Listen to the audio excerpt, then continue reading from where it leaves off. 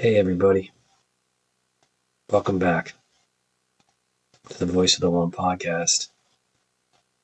I'm Isaiah Kenny. I'm so glad you're here. It's been such a long time since I've done one of these. A little less than a year.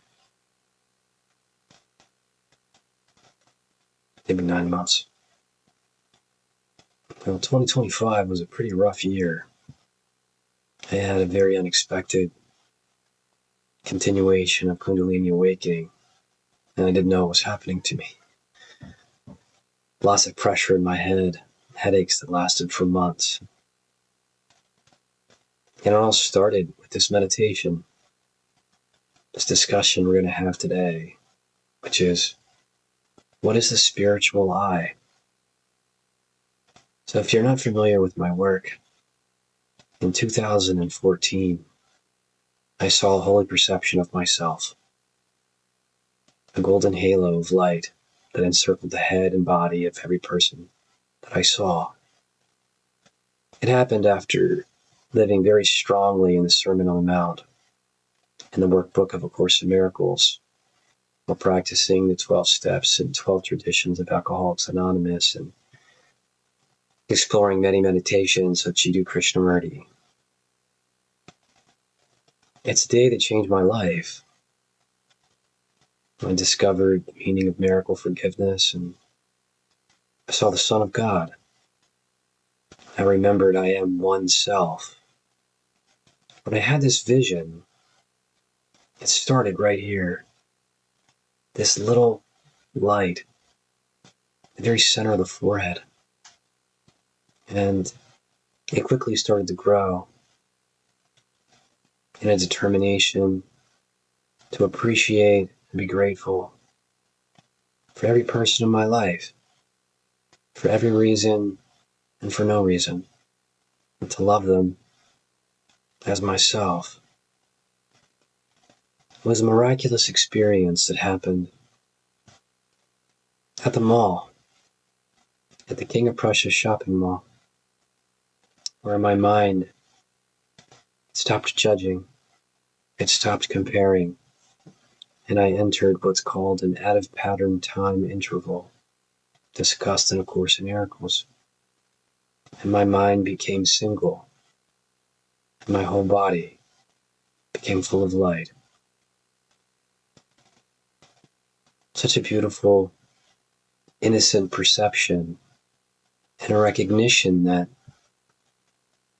we all share one mind, one will, and the formless, immortal light that is the singularity of the mind of God. But it doesn't stop just there. That's a little past the beginning of the story. Kundalini had actually started rising many months before that. So if this interests you, and you want to learn about the golden state, about the golden rule, about a spiritual eye that most people in the world don't know anything about, then stay tuned. Subscribe. Stick around. Read some of my work. Consider supporting this channel and the Holy Earth Foundation. So what is the spiritual eye? There are 3 eyes. That's what I call it. You have the 2 physical eyes, these guys, rods and cones that see the physical world of differences and separation, where everybody has a different face and a different name. And specialness is the name of the game. The eyes are gentle liars. They present a world that seems to be outside of you. They tell you the cause of the world is something outside of you as well, completely unaware that you're dreaming a dream, and the world is a holographic projection of a space idea construct within your own mind. Beliefs of separation and differences and limitation that are given faith and highly valued, which are then projected into a field of consciousness, producing a perception of differences.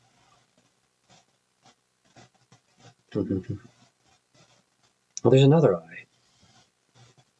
They call this eye the third eye, the pineal. And I'm speaking from a physical standpoint. This eye has been shrouded in mystery. It's been in the artwork of the ancient Egyptians. You see it in works of the Freemasons. And it's a cone-shaped gland, a little pine cone, in the center of the brain. It lies dormant in most people. It has photoreceptor cells, just like these two eyes. And it's capable of seeing other worlds. It activates in sleep states, and it can activate with practice of lucid dreaming and astral projection. But it's nevertheless physical. You can go online and see a cross-section of the human brain and see the eye of Horus. There's some credence to that. We're going to talk about that a little bit. It can also be stimulated with dimethyltryptamine, with the wonderful medicine that is ayahuasca, the beautiful ayahuasquero mystical tradition, and with psilocybin, various forms of DMT, 5-MeO, and NN-DMT.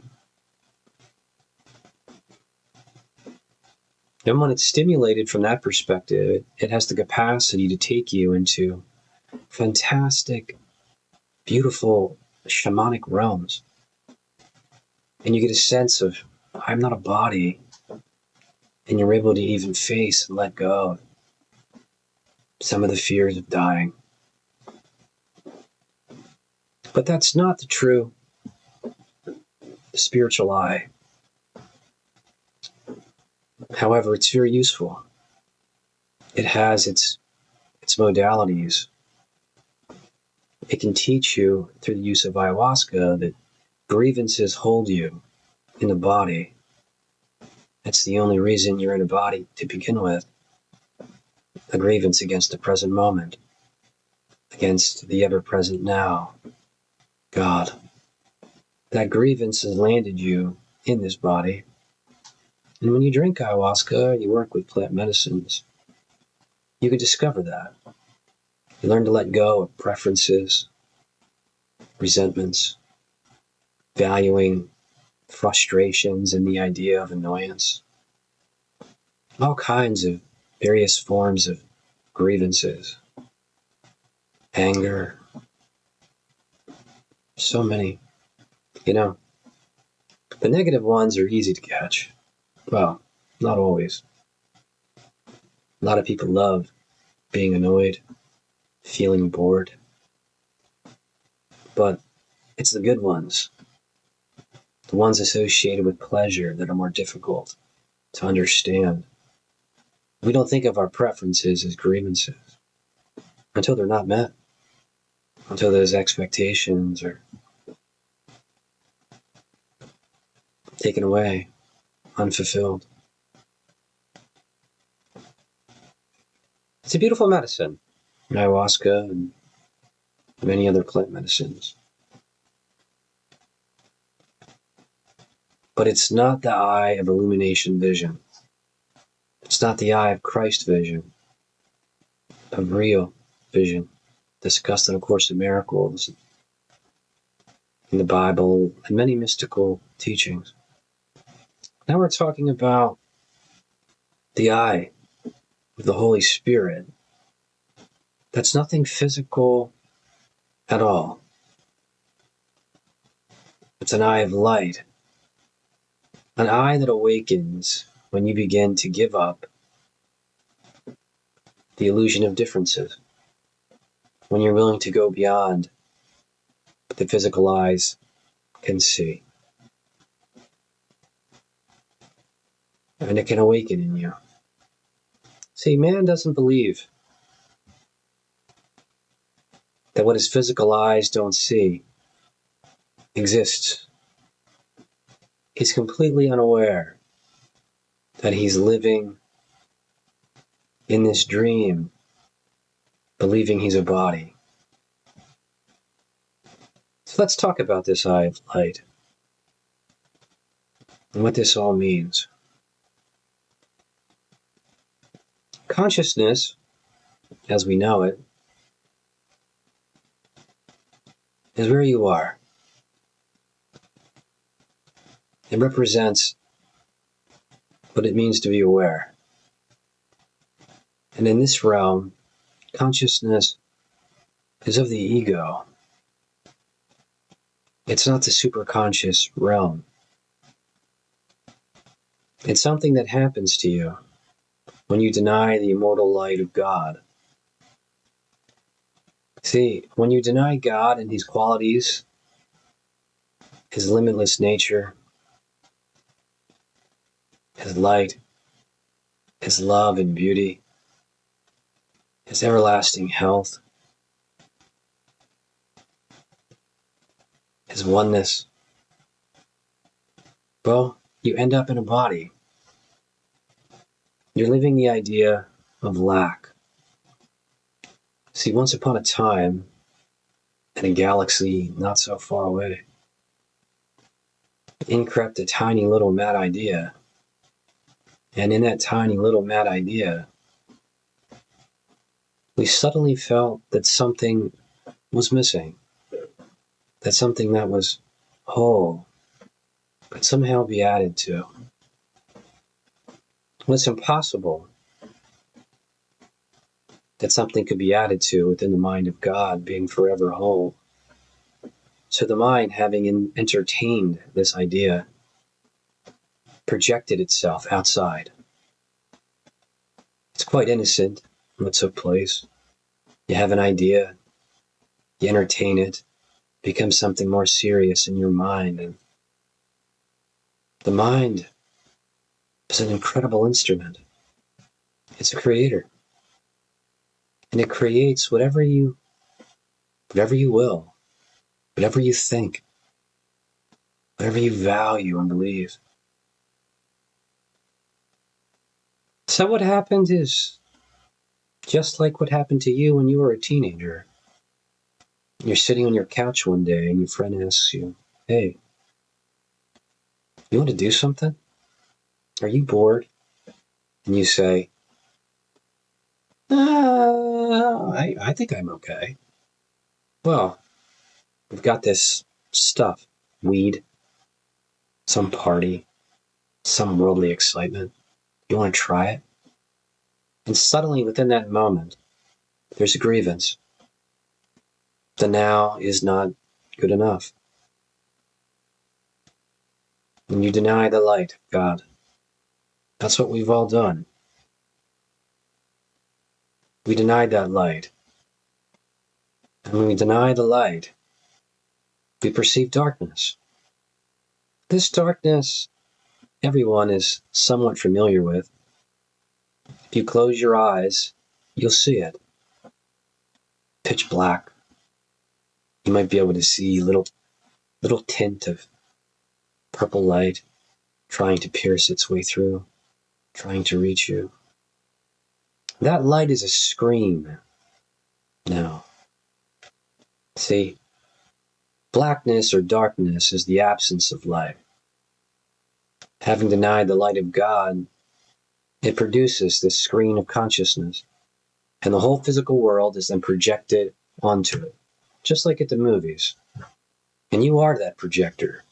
The ideas in your mind are creating this world that you see.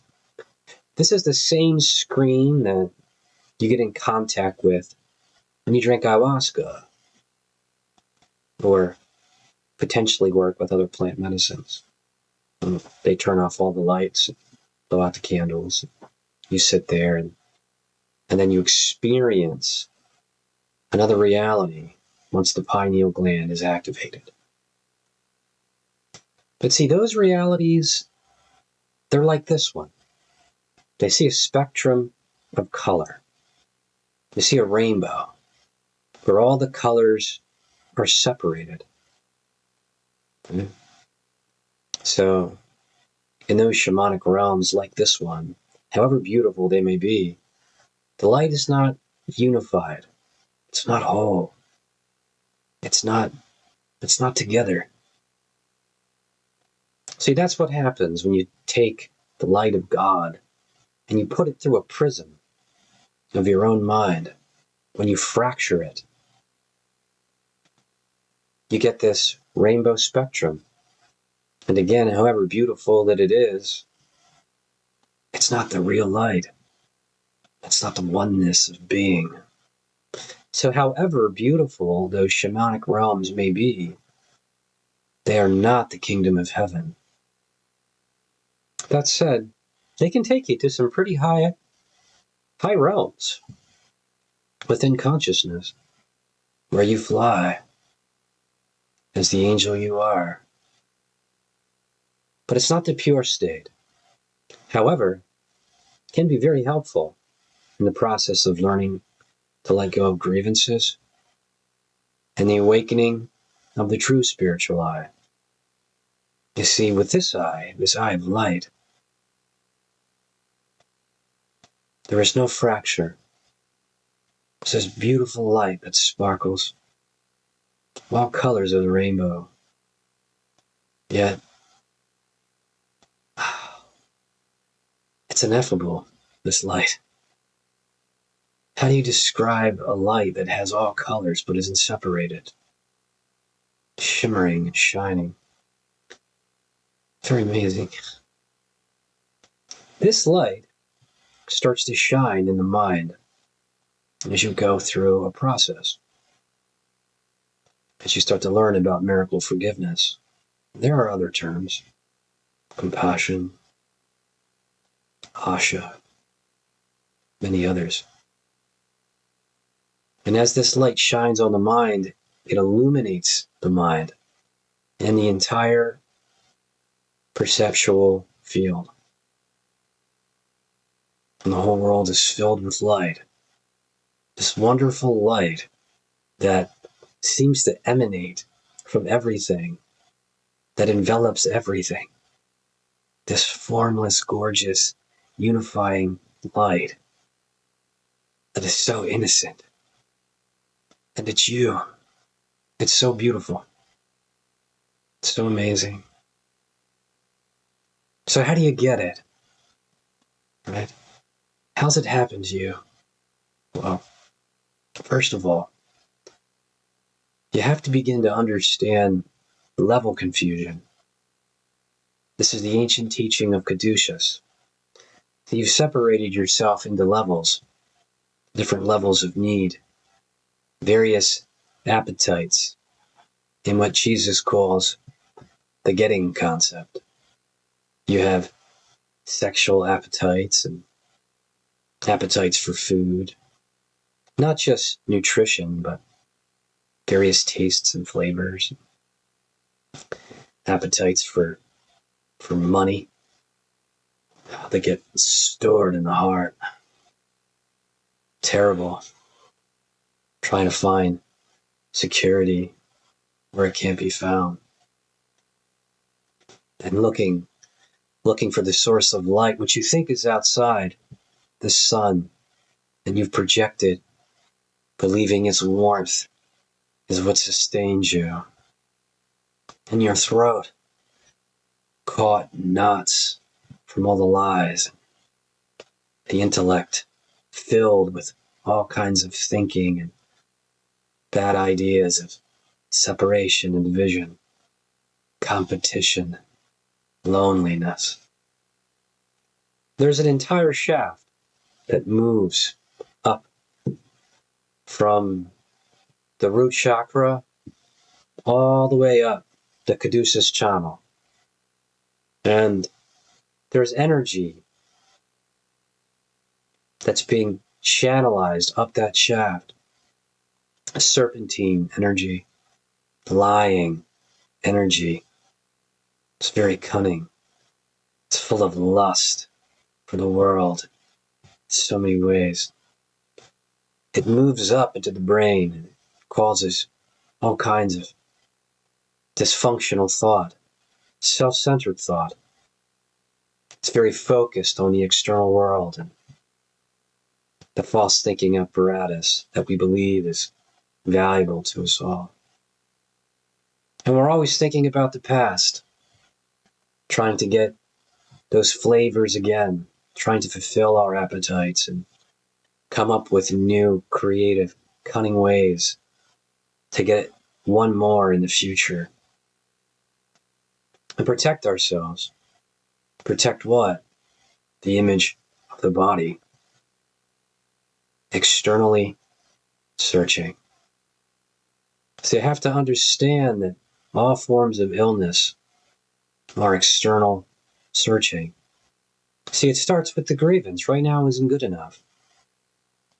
And now you have to go get something to go fulfill that illusory lack, that illusory need. And the mind begins to think about that, to obsess about that. And then it becomes compulsive. And you act out.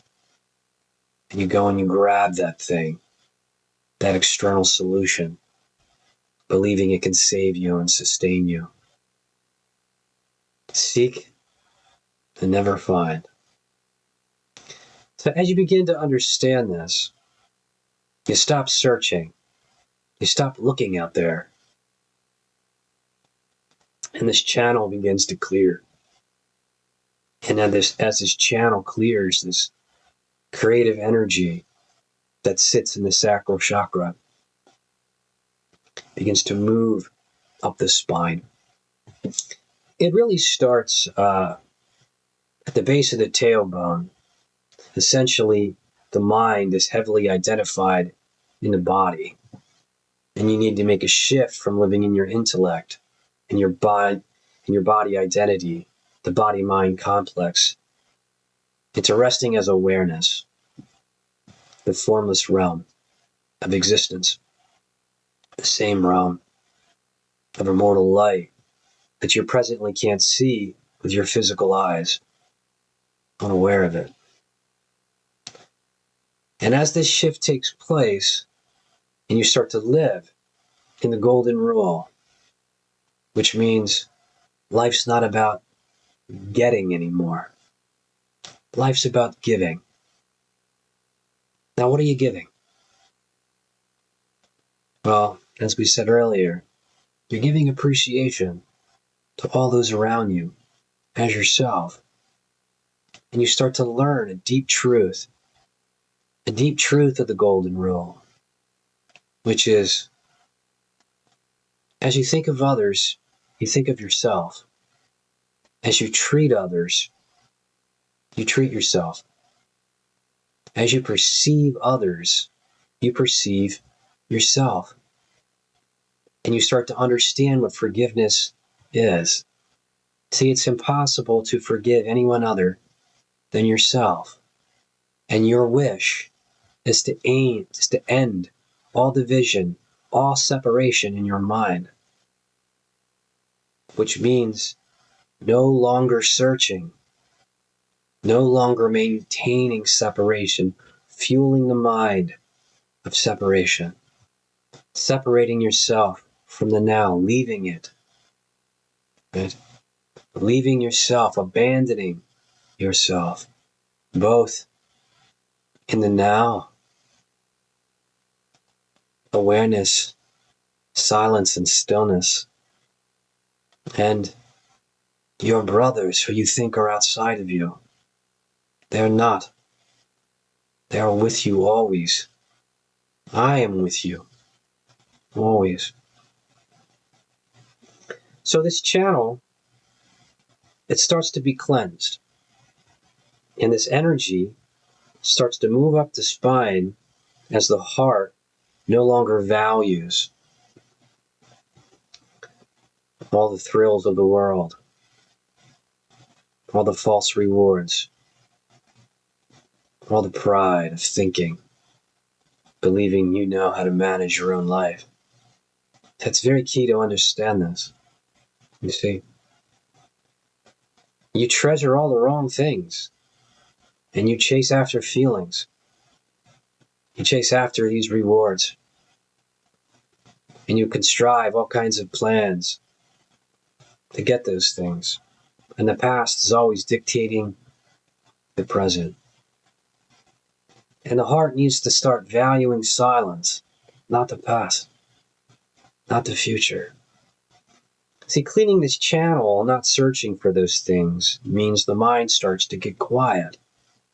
Because thinking about the past or the future is a block to vision. Because instead of no longer seeing your brother as a body in differentiation, you're going beyond it. You don't want to see through the eyes of separation anymore. You don't want to see the present moment in past terms.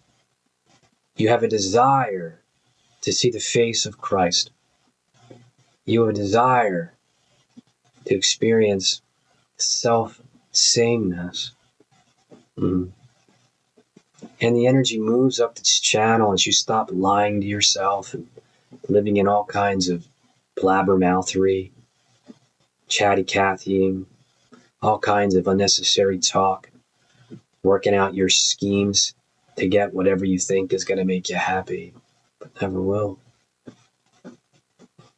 And this energy shoots up this channel.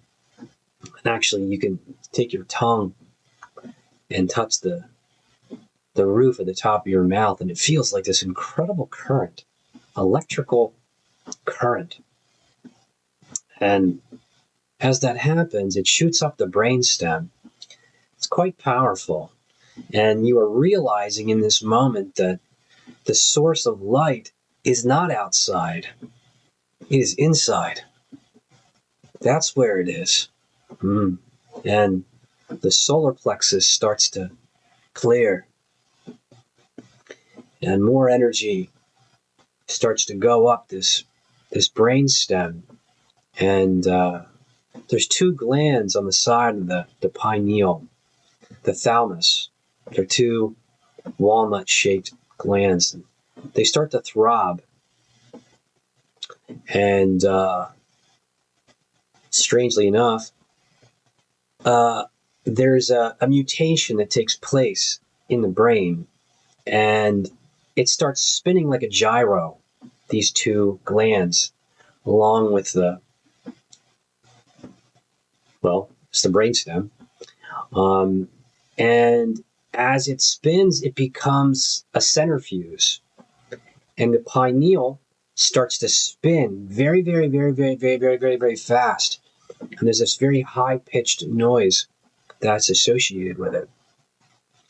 And there are some crystals in the pineal, a crystalline sand. And as it spins, it has an impact on the rest of the brain. It starts to reach this resonance.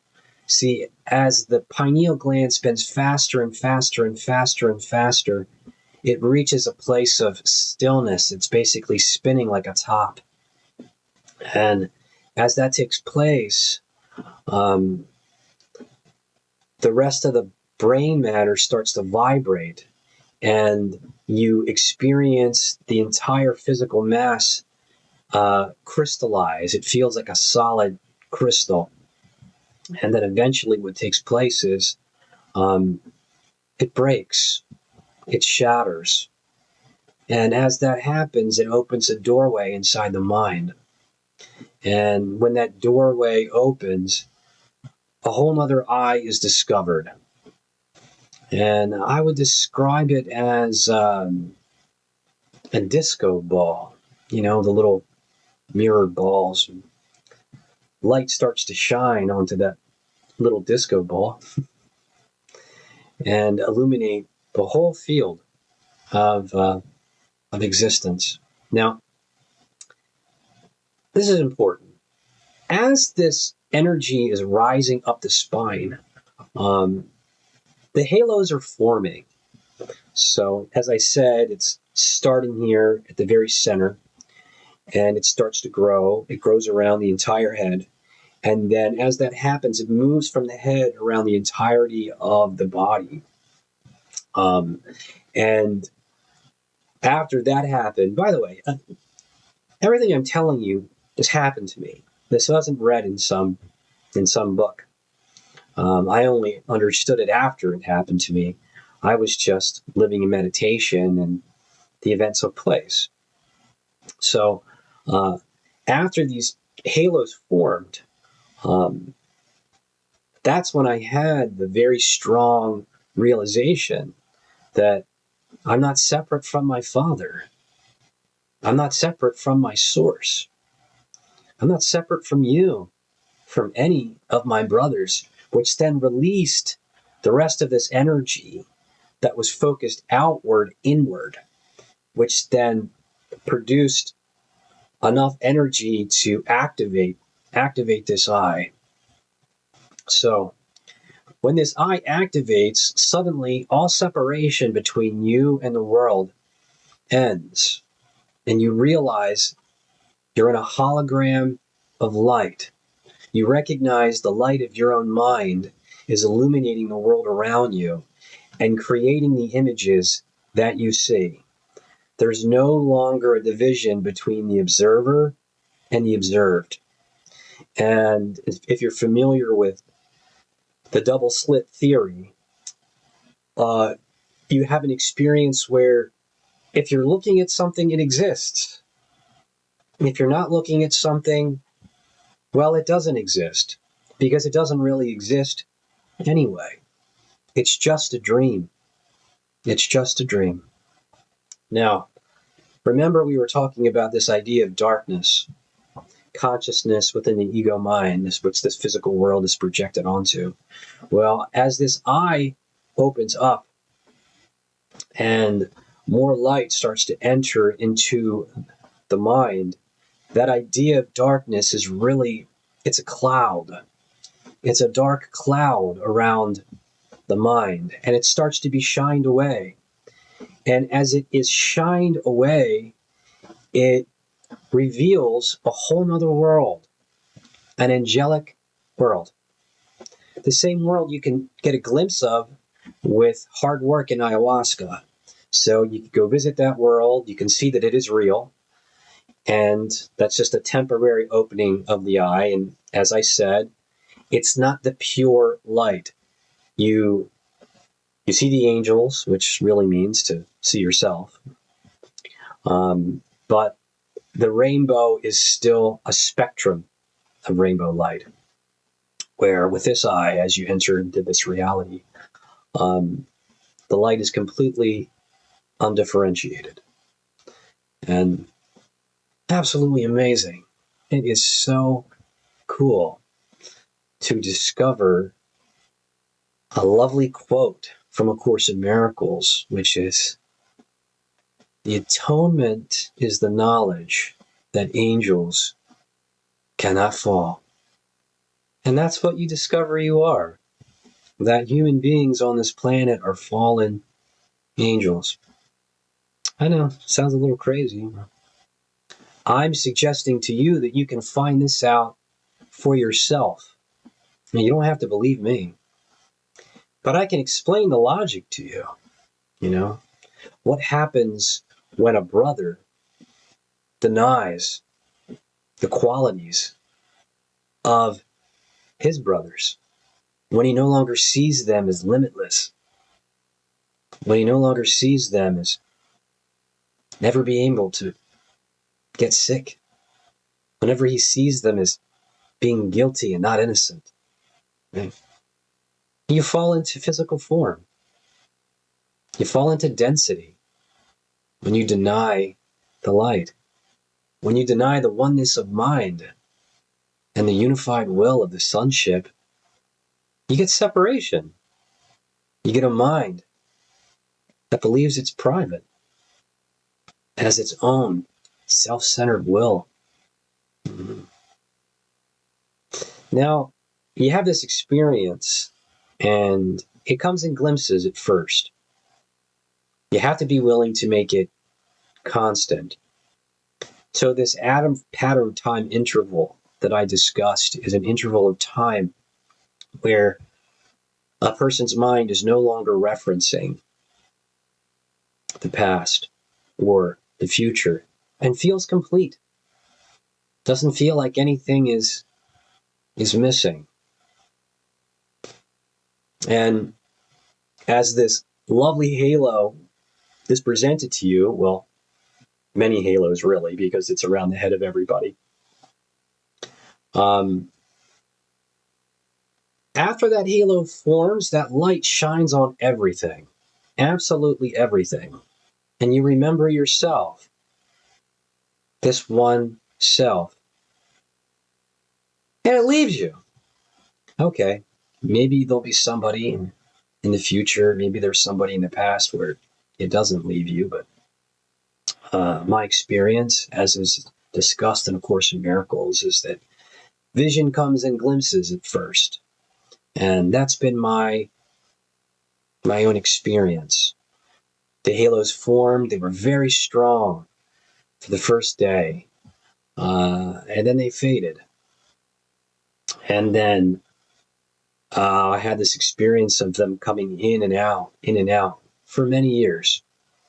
And I wanted to know why that was, and I ended up being led down to Peru and studied the mystical tradition of the ayahuasquero and continued working with the Course in Miracles. And you learn that you need to keep the channel open all the time. You know, my own personal story is, you know, I broke up with my girlfriend after having, many years of just incredible peace.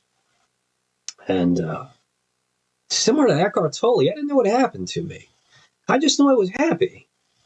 I wasn't thinking, but I didn't know that I wasn't thinking. I was just a happy guy enjoying my life. And then I broke up with my girlfriend, and well, I started playing the hot or not game. That's what happened. I got on my cell phone, dating apps, left, right, cutie, cuter, not her, all that stuff. Differentiation. See, the face of Christ, this halo, is a replacement for the physical face. It is shown to you as you learn to give up differentiation and no longer want variable states of mind. You see, climaxes, orgasms, tasty treats, these are states of mind that don't last. And then the mind craves for them, and it lives in the past. And this vision, the face of Christ, is the holy instant, right? If you want to see these great rays shining into your field of experience, then you have to live in the present moment. You can't be chasing after feelings. And that's what I was doing. And I got addicted to the crypto market and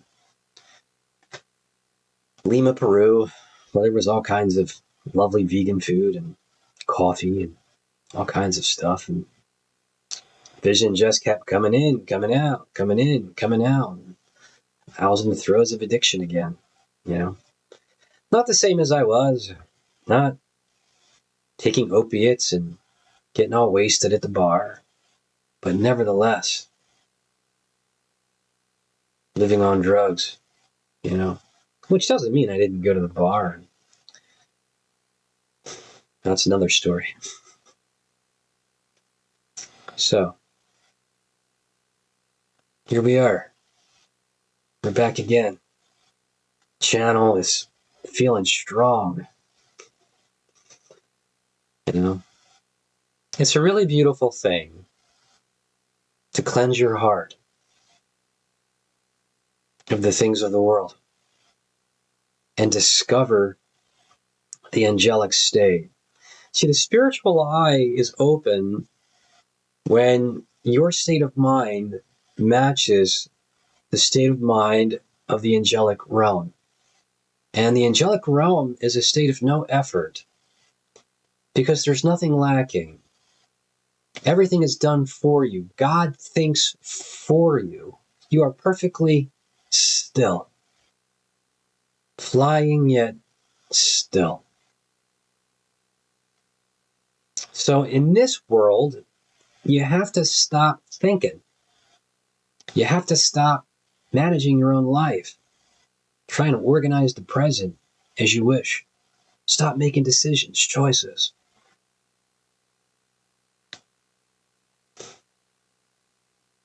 Developing new ways to protect the image of the body and the false identity of the ego self that lives in the past.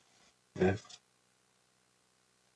You have to learn right-mindedness, the beautiful teaching in A Course in Miracles.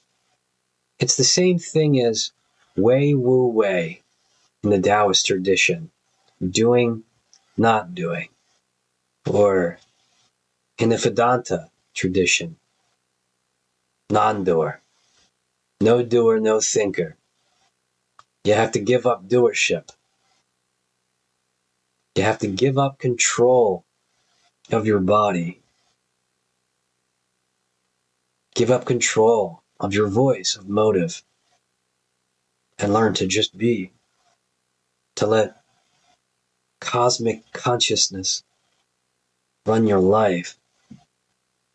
To let Jesus guide your mind. And you realize you don't need to do anything anymore. Or you start realizing it. I go in and out of it. It's an interesting state of mind. So what happens to me is I feel good. I feel complete. I feel whole. I just watch the body move as a witness. Do the dishes, laundry, talk to people. And then something catches my eye. Something from the world. Because I'm not fully cleaned yet here of all of my various... They're idols. They're mental idols. There's really nothing of value in this world. Each thing you value is a chain that holds you in the body. But you can't let go of that stuff while you still value it. You think it's a sacrifice to give it up. So every one of these idols, which are all various leaves on the tree of sickness, you have to see it's not a sacrifice to give those things up. That you're really sacrificing everything for the nothing. That's what this world is. First lesson in A Course in Miracles. Everything I see in this place means nothing. Because it does mean nothing. It doesn't have any meaning. Real meaning comes from the light of wholeness. Comes from the formless state of awareness, non-differentiated being. But it's a process. When you go through it, you let the Holy Spirit take you through it. And these idols start to fall, and you come in, and you go out. In Vedanta, they call it sadhana. And of course, in Miracles, it's called right-mindedness, miracle-mindedness. There's a miracle doer, but no doer. See, as long as there's a you there that has to manage your own life, there's going to be a separate thinker there. Somebody who's living in effort. And it takes great effort to learn this. And in that great effort, you learn about effortless living. And you start to have this new sensation of flying. Feel like you're floating, quite literally. And what's happening is you're continuing to ascend. See, most human beings are moving on the horizontal plane. And when you walk, you're actually falling with each step that you take. You're staying identified in the ground. And now you have to move from the horizontal perception to the vertical perception. Start ascending. Start flying. Moving upward. And in order to do that, well, you got to stop searching. And the body-mind complex, it has to dissolve, has to die. So this eye, the eye of the Holy Spirit, is incredibly healing. It shines on the mind. That's what it does. Into all the various memories, conditioning within the mind. Lighting up each cavern and helping you let go of all your various idols and illuminating this world. This is what it means that heaven and earth shall pass, that they will no longer exist as separate states. See, this is the realm of perception, this realm of perceiving differences. And the spiritual eye produces a new perception, a holy perception, in which perception is no longer seen through the eyes of separation. And you begin to shift from body identity to formless light, from a life of effort and striving to an effortless state where you have needs temporarily. All those needs are fulfilled automatically, automagically, mystically. So you start to be able to trust that state more and more. And rest in silence becomes your home.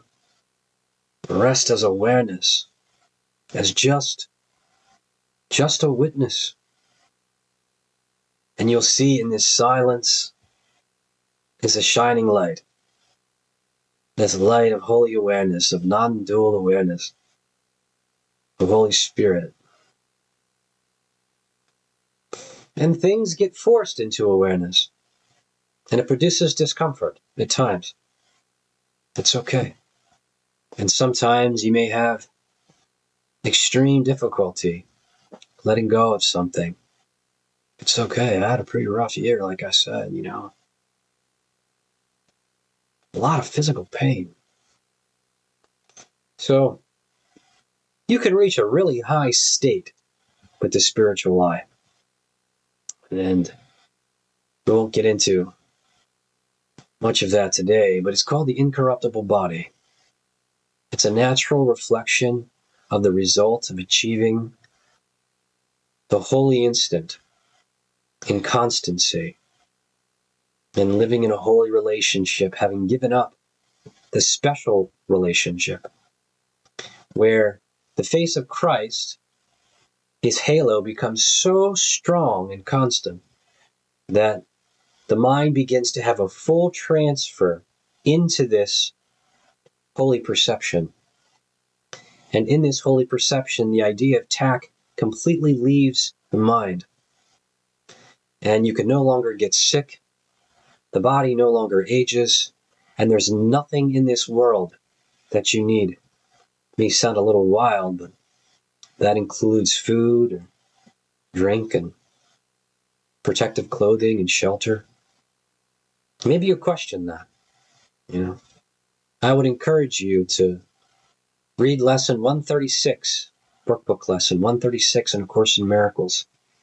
Sickness is defense against the truth. Then in the very last passage, you can read that for yourself. And check out lesson 135 as well. To defend yourself is to attack. And that's what it means to plan your life. Manage your own life. Be a doer.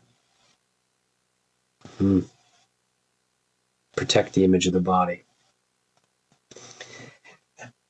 And you can, if you want. It's my goal. Study this with me. My goal is to achieve the incorruptible body discussed in the text. It's actually the whole goal of A Course in Miracles, but nobody knows it. It's the whole goal of A Course in Miracles for you to remember your angelic state and to transfer from the realm of perception to enter this perfect body of light, changeless mind, awareness, and light through a new power of decision as your own, where you can fully transfer from the realm of perception to the realm of knowledge, where angels fly. Oh, it's up to you. The choice is yours. It's so beautiful. I want to thank you so much for listening to this. I want for you to have the desire for real vision, for Christ's vision. I want it to stir in you because that's how you get it. The power of desire is channelized in this teaching to want Christ's vision, where your faulty beliefs are let go of and you're given the beliefs of the Holy Spirit, beliefs that you can be faithful to, that will produce a new, beautiful, and bright perception of holiness, where love looks on itself in the unity of being. Thank you so much for joining. I look forward to doing the next podcast. Please come check me out at www.iamoneself.com. At some point, we'll be launching the Patreon page again. And if you'd like some spiritual coaching, reach out. I'm available. I'd love to work with you. I'm here for you. Subscribe to the Letters to Self podcast. Please do. I'm very honest and open about what's going on in my life, and I cover all kinds of topics. Not just discovering the halo of light, and, we'll say, well, I guess it's still everyday living, but in the act of sex and many other topics. Many, many, many other topics. All right. Thank you so much. God saves. God bless you all. Much love to you. Bye for now.